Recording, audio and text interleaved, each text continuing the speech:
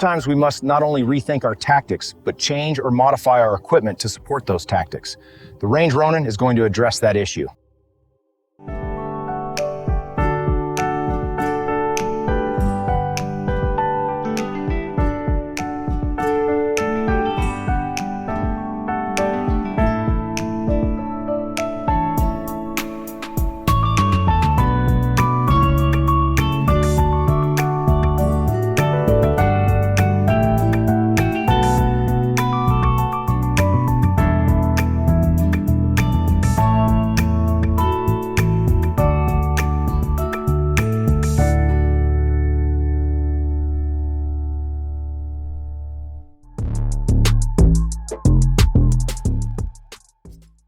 What you are looking at is a camera bag, but there is no camera in the bag.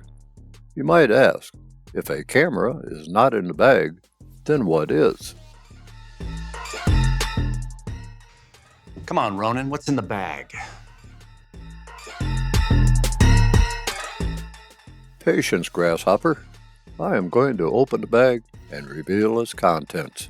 Stay tuned, and I will tell you all about it.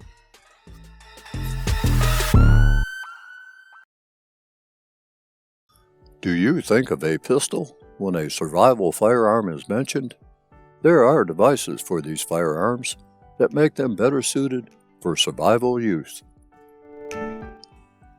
This channel fully endorses the safe operation of firearms and that firearms must be handled responsibly at all times. Any firearm used for this presentation has been checked and rechecked to ensure safe manipulation of the firearm during any video production.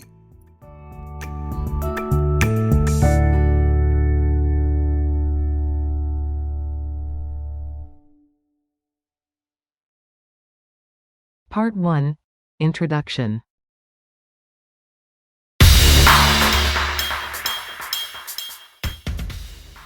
When I think about a survival firearm, just about anything comes to mind.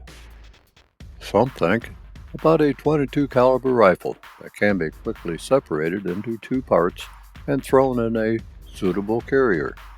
Come to think of it, a MSR or most pump-action shotguns can be separated into two parts and stored in a suitable carrier. I recently produced a review of the Henry U.S. Survival Rifle, and while at my indoor range shooting it for zero, I spotted a firearm hanging on the range rental wall that piqued my interest because it was different. Being in a survival mindset, I asked myself a question: would it be suitable as a survival firearm? The answer was, why not? This leads to another question. Would you consider something like the CZ Scorpion 3 Plus pistol a survival firearm? It is, after all, compact enough and fires a battle-proven cartridge, the 9mm. But what if you already have a proven firearm, a pistol, but would like something to make it more like a CZ Scorpion 3 Plus pistol or possibly a Kel-Tec Sub 2000? But without the overhead cost? Well, I found such a device that just might be able to turn your pistol into a multifaceted survival firearm. This device is made by CAA and is called the MCK, or Micro Conversion Kit. CAA USA is a designer and manufacturer of the world's most popular handgun conversion kit, the MCK, which has taken the world by storm with models for 125 plus handguns and counting.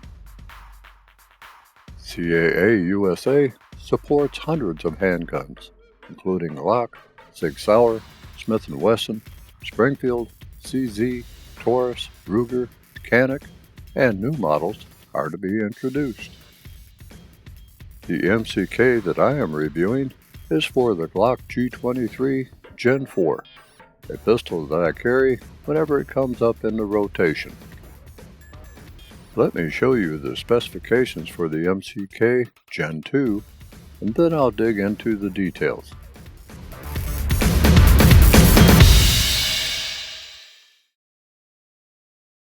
Part 2. Specifications.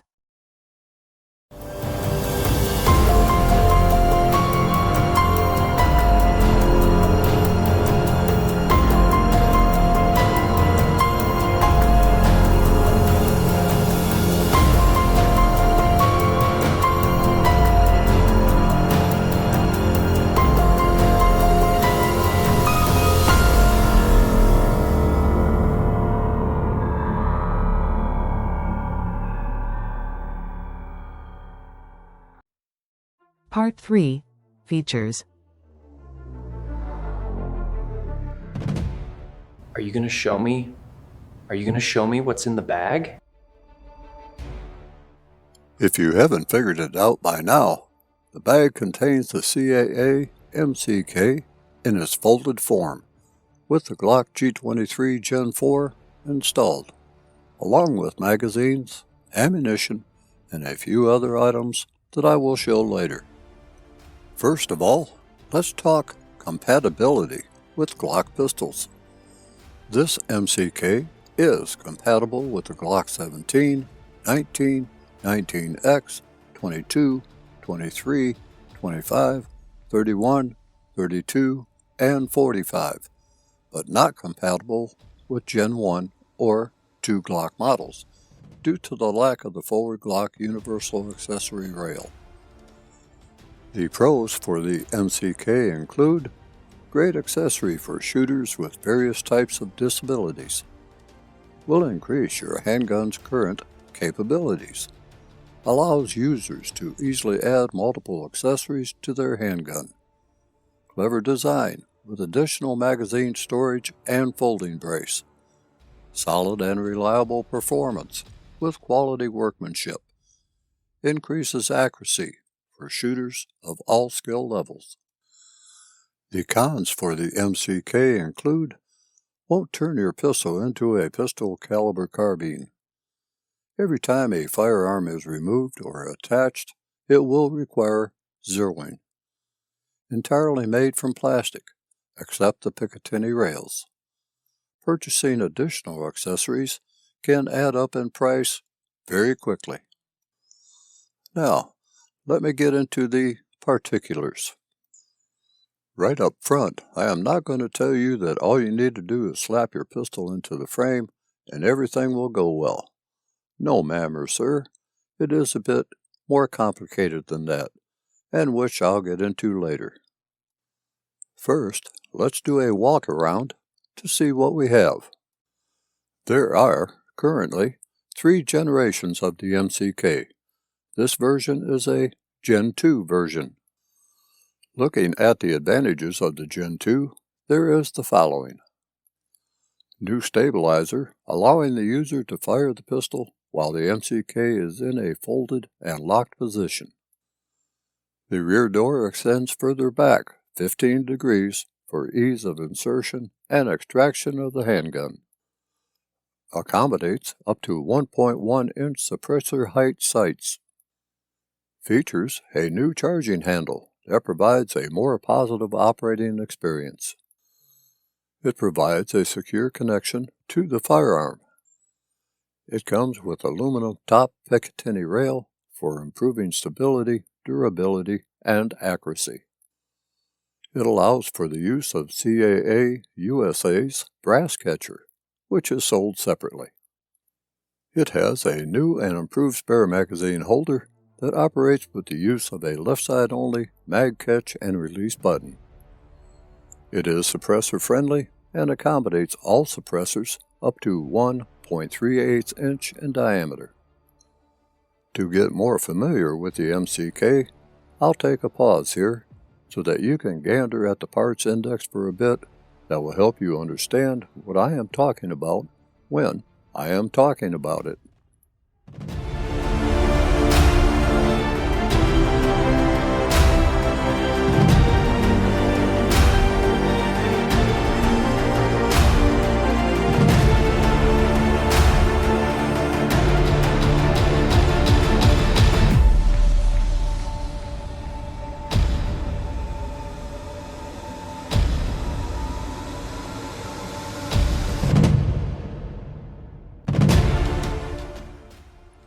Beginning at the front end, there is an aluminum barrel shroud, item number 18, that will mate up internally to the front end of the pistol. The adjustment of the barrel shroud is critical, and I will cover that later. Just below the barrel shroud is a polymer flashlight plug, item number 17, that when removed allows the insertion of a flashlight, which is held into place by a flashlight release button, item number 16. Refer to item number 12, which is the ergonomic front hand grip that is one of the 3 stabilizing points. Wrapping the hand around that hand grip provides a good forward brace compared to what you would take with a 2-handed grip on the pistol. There are 2 Picatinny side rails for attaching accessories, plus an all-metal long top Picatinny rail for attaching M-bus, Magpul backup sights, and optic, or both. Rolling to the rear, there is a side folding arm stabilizer, item number 2, with adequate Velcro material for attaching to an operator's forearm and with enough surface area to pull into the shoulder, if need be. Item number 3, stabilizer stock locking push button, both locks and releases the stabilizer or stock. There are 2 options available for the MCK, a side folding arm stabilizer and a side folding stock. These are treated differently, and aside from providing a stabilizing point, gets us into some legal controversy. A pistol brace is a firearm accessory designed to enhance stability and control. Originally developed to help disabled shooters fire large format pistols with one hand. Pistol braces attach to the rear of a firearm and rest against the shooter's forearm for improved support. This design allows users to maintain better control and accuracy while keeping the gun classified as a pistol under federal law, provided it adheres to ATF regulations. A stock is a traditional firearm component designed to be shouldered, providing enhanced control, recoil mitigation, and long-range accuracy. Unlike pistol braces, stocks are classified as rifle accessories, and, when attached to a firearm with a barrel shorter than 16 inches, reclassify it as a short-barreled rifle, or SBR, requiring registration under the National Firearms Act, the NFA.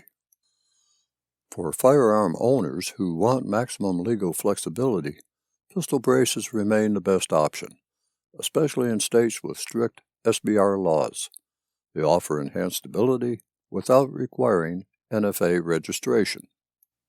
Regardless of your choice, brace or stock, staying informed about ATF regulations and state laws is essential to ensure full compliance while optimizing your firearm's performance. Without digressing further, I need to get back to the MCK itself. Items number 4 and 5 are key points for mounting or removing the firearm. Item number 5, the handgun insertion hatch and door, allows for the insertion and removal of the chosen pistol, while item number 4 is what keeps item number 5 in place, to either lock the pistol into place or, when released by operating item number 4, the removal of the pistol. As I mentioned earlier, the selected pistol just cannot be shoved into the MCK and be expected to work.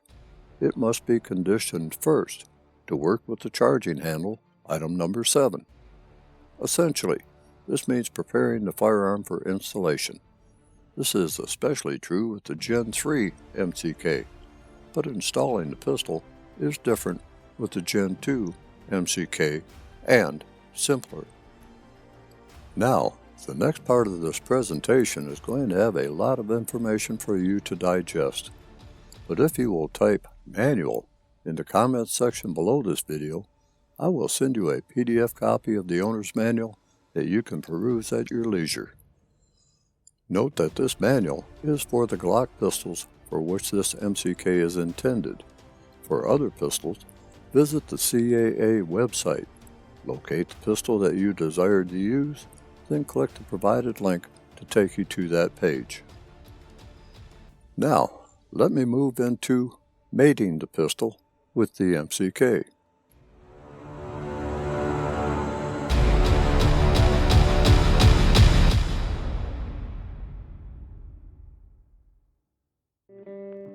Part 4. The Mating Game. Before even beginning to mate the firearm to the MCK, there is a caveat with a Glock pistol that needs to be addressed. If you have a Glock pistol that is to be used with the MCK, and if you have a beaver tail grip adapter installed, it must be removed, as the beaver tail extension interferes with locking the pistol into place. A grip adapter without a beaver tail extension will work, however. An important point, regardless of MCK generation, is to ensure that the barrel shroud is set for the slide length of the selected pistol. The MCK barrel shroud in all models ships from the factory in the rear position for safety purposes. Make sure that your handgun's model appears on the side of the MCK. For example, the first hole in the first notch of the side Picatinny rail is for full-size handguns, and the second hole in the second notch of the side Picatinny rail is for compact handguns.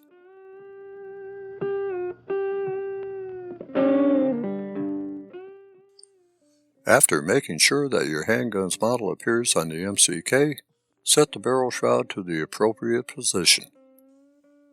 To change to either fit full-size handguns or compact handguns, you will need a 3mm Allen wrench, which is provided with the MCK. Loosen the screw, item number 2, on both side Picatinny rails.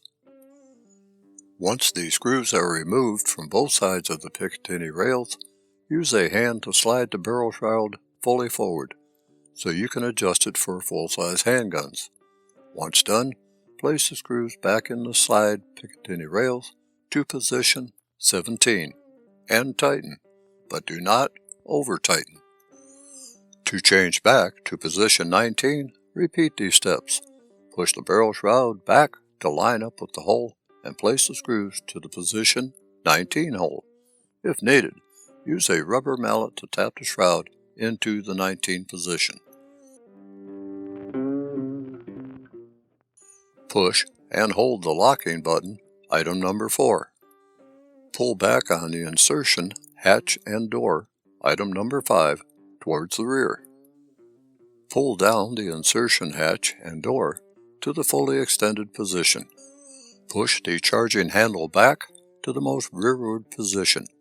Insert the handgun into the MCK chassis at the angle shown and in the direction of the arrow.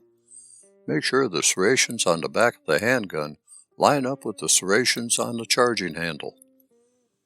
Slide the handgun in properly until it clicks into place, engaging the frame's rail system.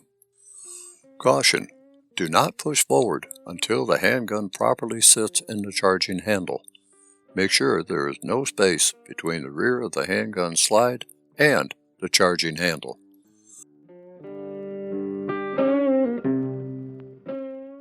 Slide the handgun forward until the handgun extraction tab, item number 13, clicks. To properly seat the handgun forward, make sure the muzzle of the handgun is pointed at a downward angle while sliding forward. This will allow the gun to remain level and engage the locking mechanism properly. Caution: do not move on to the next step if the muzzle of the handgun is not straight and in line with the MCK barrel shroud.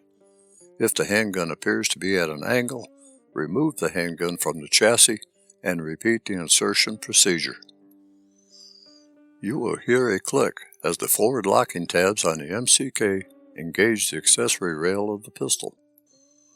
Close the insertion hatch and door, item number 3, and push it forward until it clicks and locks onto the locking pin, which is circled. Make sure that the locking button, item number 4, fully extends out. Do not operate the MCK unless the locking button is extended out and clicks. Now that mating the firearm to the MCK is completed, let me take you, the CAA MCK GEN2, and the Glock 23 to the range, and we'll see how this combination works for us.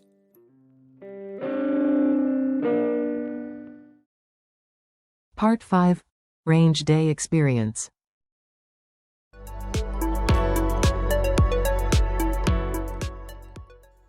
I will be pushing 180 grain FMJ through the barrel for this basic function and accuracy test, and we'll be moving the target to various distances as a check for both viability and accuracy. For the first part of this session, I am just going to shoot the G23 without installing it into the MCK. I will be shooting at a target 15 yards distant, just to set a baseline for me to compare relative accuracy between just shooting the G23 and shooting the G23 mounted within the MCK with MBUS, a dot optic, and a scope mounted. I'll let you know what I'm doing as I move along with the evaluation.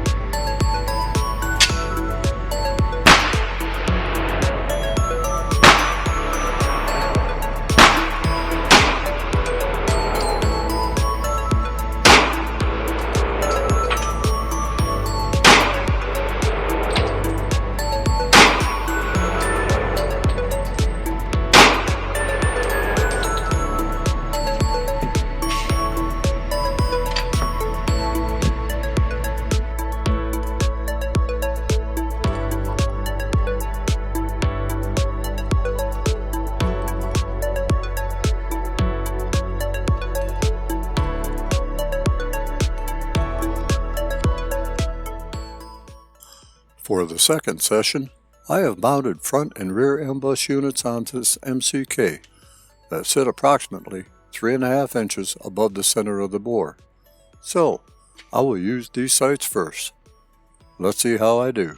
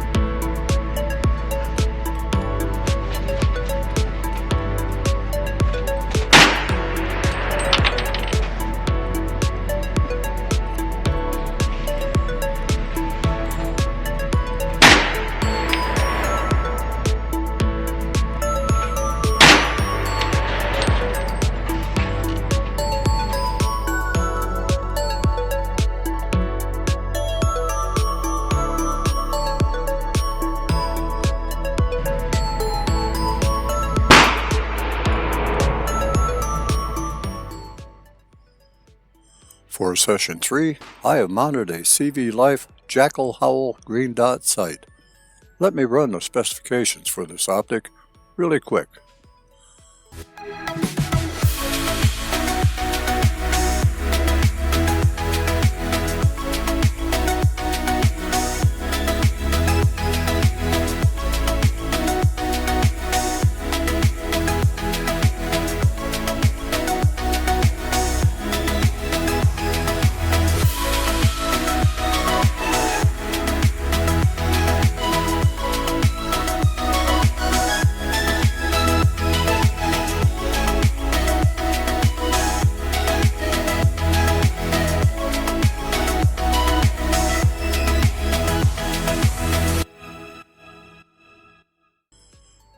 I'll shoot a magazine full to see how I do with the CV Life Jacko Howell Green Dot sight.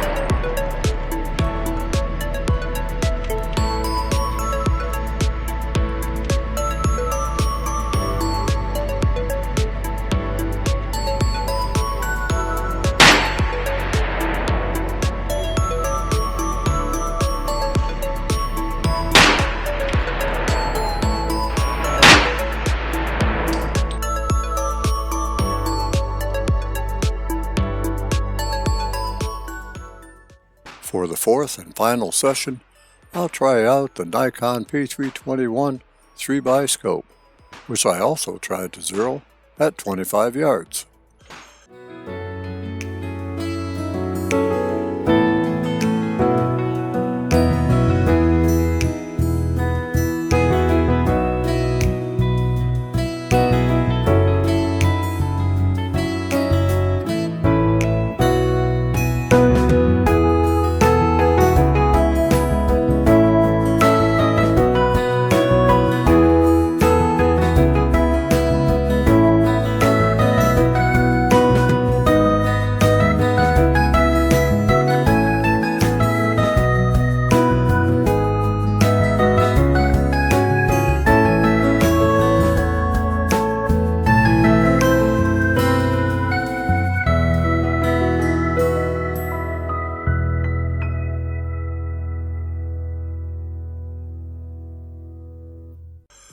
You may notice that the backup sights have been retained. The scope is mounted with low mount scope rings, as I wanted the scope to be mounted as low to the bore as possible, but this meant that there was not enough clearance between the scope and the backup sights. To overcome this, I used a Picatinny rail riser so that I could keep the M-bus.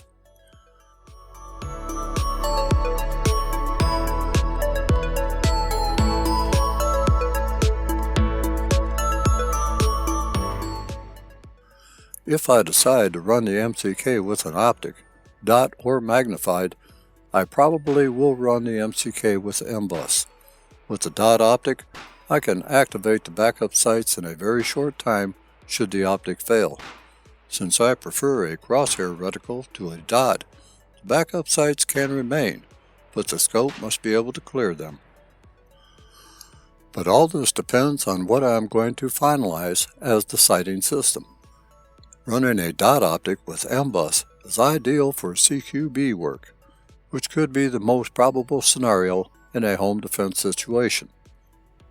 For anything beyond 50 yards, using the Nikon 3x32 scope would be ideal. For me, and since this pistol MCK marriage is intended for close use, using the dot optic and M-bus is my best option. The magnified scope will be used on something else, a firearm that I will be reviewing and which you will see sometime in the future.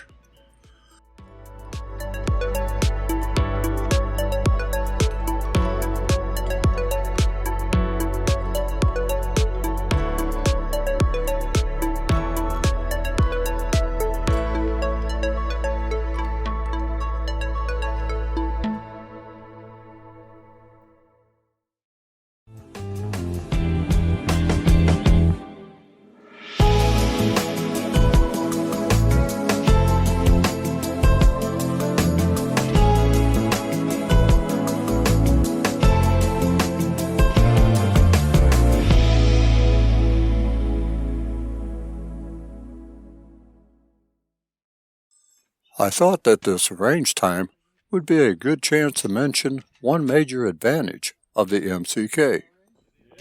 Whether you are a left-hand or right-hand operator of pistols, firing weak side is problematic for quite a few of us. The MCK actually helps with weak hand shooting. Consider that gripping the pistol has an entirely different feel to it when offhand shooting, let alone stance and sighting. The MCK is easy to transition from strong side to weak side operation because the support hand is holding the front hand grip of the MCK, a more stable holding position, and not the grip of the pistol. This transition from strong side to weak side is easily adapted to, at least from my perspective, given that I shoot most high caliber long guns weak side and most pistols strong side. I found that with the MCK, I was shooting just as well weak side as shooting strong side. I just thought I would mention this. And now for the downside. The bottom of the MCK frame hits the top of my hand when taking a high hold on the pistol. My obvious solution is to take a bit lower hand hold on the grip and move my hand away from the bottom of the MCK, which is not something that I am used to. Also, the leading edge of the latch door extension, that was item number 4, the extension that you pull back to release the latch door, hits the top portion of my thumb. As mentioned, the CAA MCK GEN2 does not allow for pistol-mounted optics, as does the MCK GEN3, which has a slot built into the top of the unit that allows you to insert your optic-mounted pistol to peek through. With the MCK GEN2, any optic is mounted to the top Picatinny rail, which also means that the optic or sights that you have mounted are far above the bore line of the pistol, and that means that the pistol will shoot lower than expected. If you have shot a pistol with suppressor height or co-witness sights, you will be used to this and know how to compensate. For others, a learning curve will take place, figuring out what sight hold to take to get your fired projectile to impact where you want them to impact.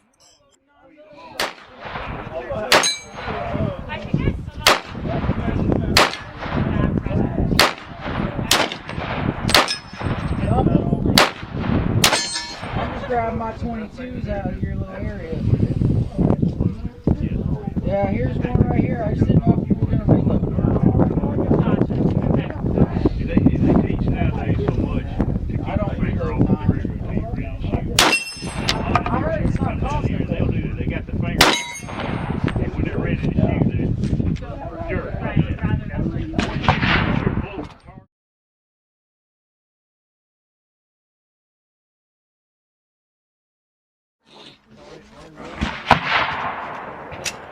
First time you shoot, now just hold the trigger back.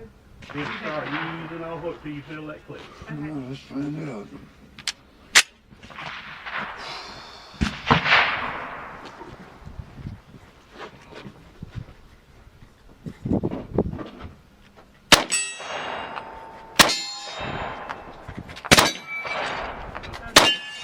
Hold that again. Hold it back. Have you ever used one of these before? Let it go. Hold it back. Hey, kind of like what these 100% grip. Make sure you hold it any time. Where you Did you tell it to do something? Yeah, no.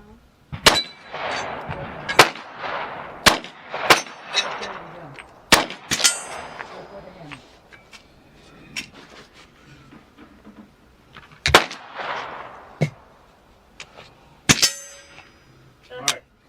Hold it all the way. Just hold it. When you get it back, just stop. Hold it right there for a couple seconds and then start easing off on it. And when you feel it click, stop. Don't let off any grip. Once you feel it click, stop. And then shoot it again. Go ahead and lay your finger on that. Just concentrate on holding that trigger back. That's why I use You don't my... make you feel that little click, stop there. Yeah, you let off too far then. It's gonna take a lot of practice. Yeah, I think so. Okay. Can I hit this? You don't think about it? Yes, I can, and I'm better than yeah. So if you think of it as a carnival, while you're out in the fair, and you're just... I get it for one, and then I... You don't even have to. Okay. I'm gonna show you what he's talking about. Okay. Oh, right. I see. That's safety.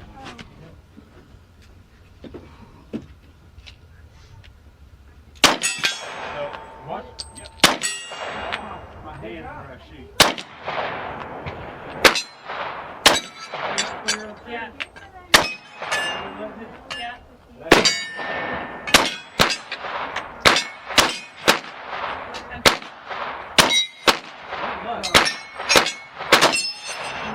Okay. It's right there. You don't have to move a whole lot afterwards. Right. Okay. We'll get there.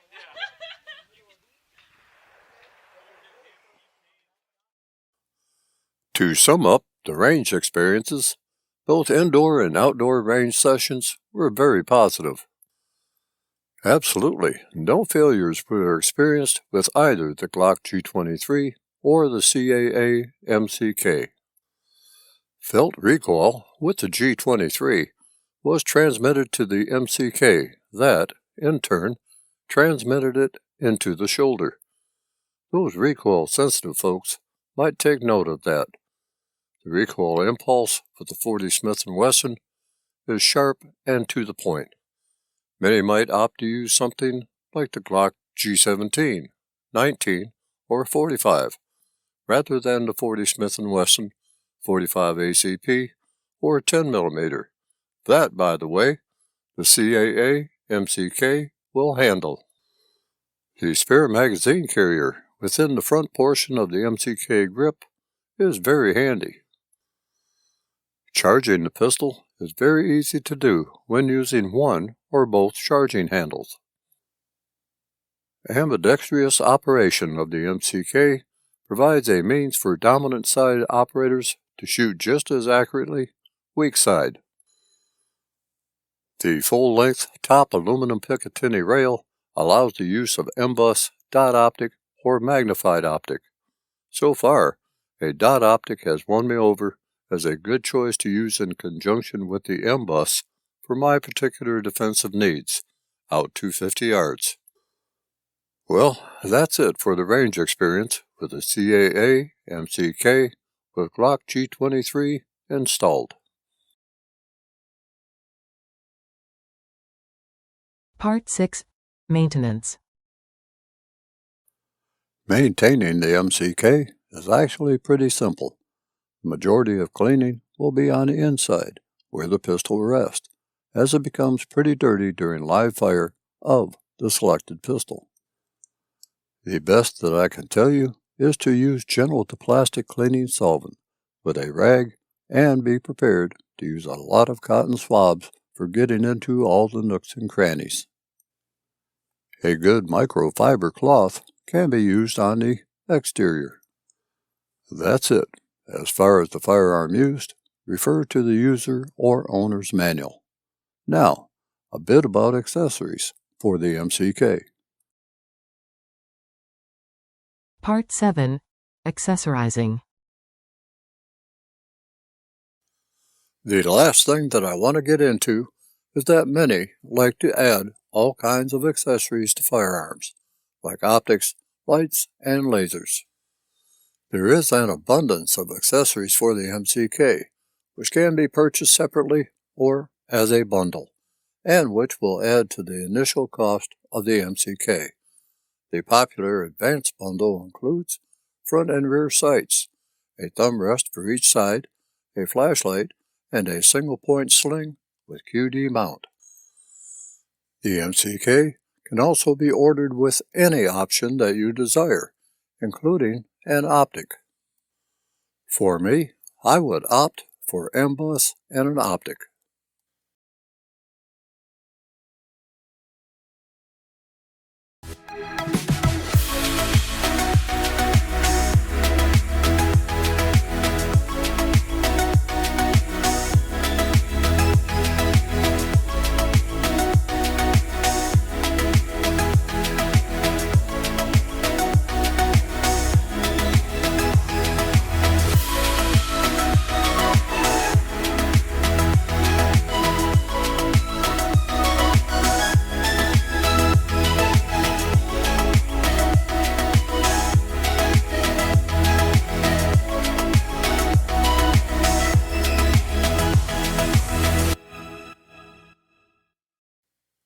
The thumb rests are nice, but not essential.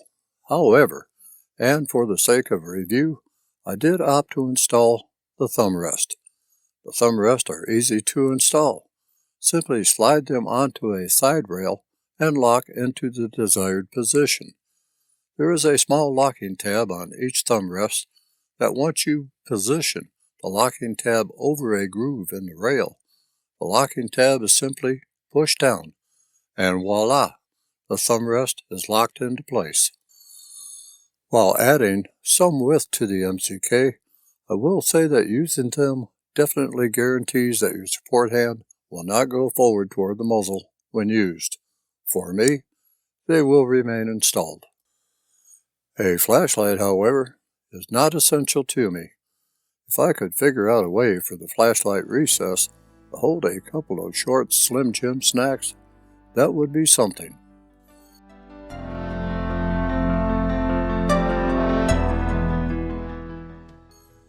Now, I must mention an important caveat with the MCK GEN2. There is no trigger protection. The face of that trigger is open to the world. My recommendation for a Glock pistol is to ensure that the pistol is unloaded with no magazine inserted when you install the pistol into the MCK. Then you can insert a magazine, but do not charge the pistol until needed. An alternative, and if you are going to carry a hot Glock pistol, is to install a trigger guard, which is also available through CAA. The MCK trigger guard is a substantially spring-loaded clip that securely fastens within the trigger guard. Squeeze to install and squeeze to remove. It is also designed to clip onto a side Picatinny rail when not in use. The MCK trigger guard effectively blocks anything from entering the trigger guard, thus removing any chance of an unintended discharge from occurring whether it is being stored or when being handled. Note that the MCK trigger guard must be manually removed. Operating the charging handle will not displace the trigger guard. For other pistols, please consider safety requirements for the pistol before you consider the MCK. For pistols with safeties, such as a thumb safety, there should be no issue. Simply set the safety lever to safe. For pistols with a decocking mechanism, there should also be no problem. Simply decock the pistol into double action mode and then set the safety to safe, which disconnects the trigger. Again, please consider safety requirements for the pistol before you consider the MCK.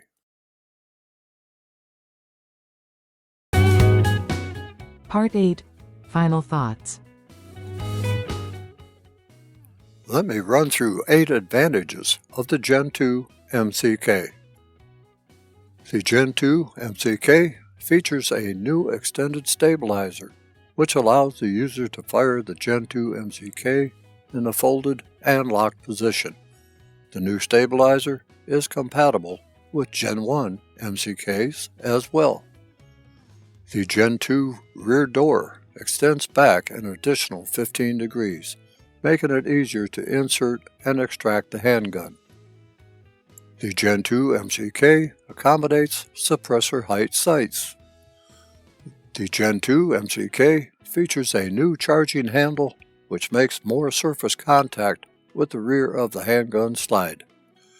It also features an aluminum top Picatinny rail for improved stability, durability, and accuracy.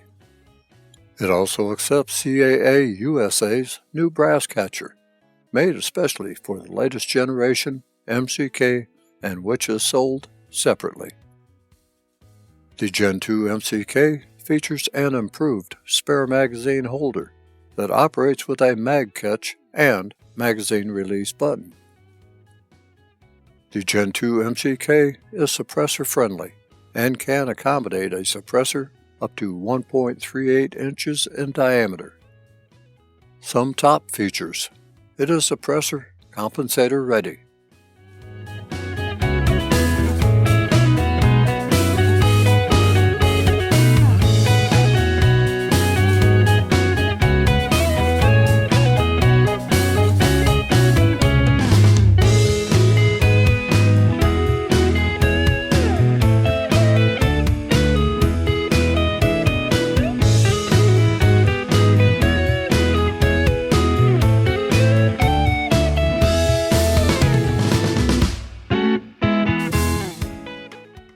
controls are ambidextrous for fast and easy handling. The right side folding stock arm brace is for easy concealment and carry, locks into the folded position. The Gen 2 model is now able to fire while the stabilizer is folded. It has a front spare magazine holder for faster reloads. It has a built-in charging handle, allowing for quicker assembly and disassembly. And it has an exposed slide release for direct contact and easier use.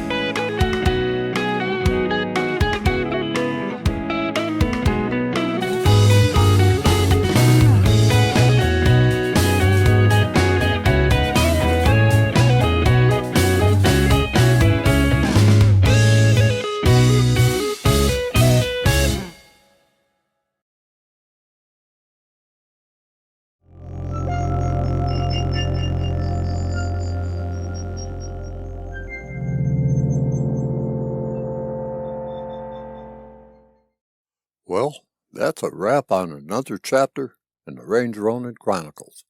I hope that you enjoyed the presentation, and I hope to see you again for other chapters. Until we meet again, stay vigilant, stay armed, and stay safe, wherever your travels take you.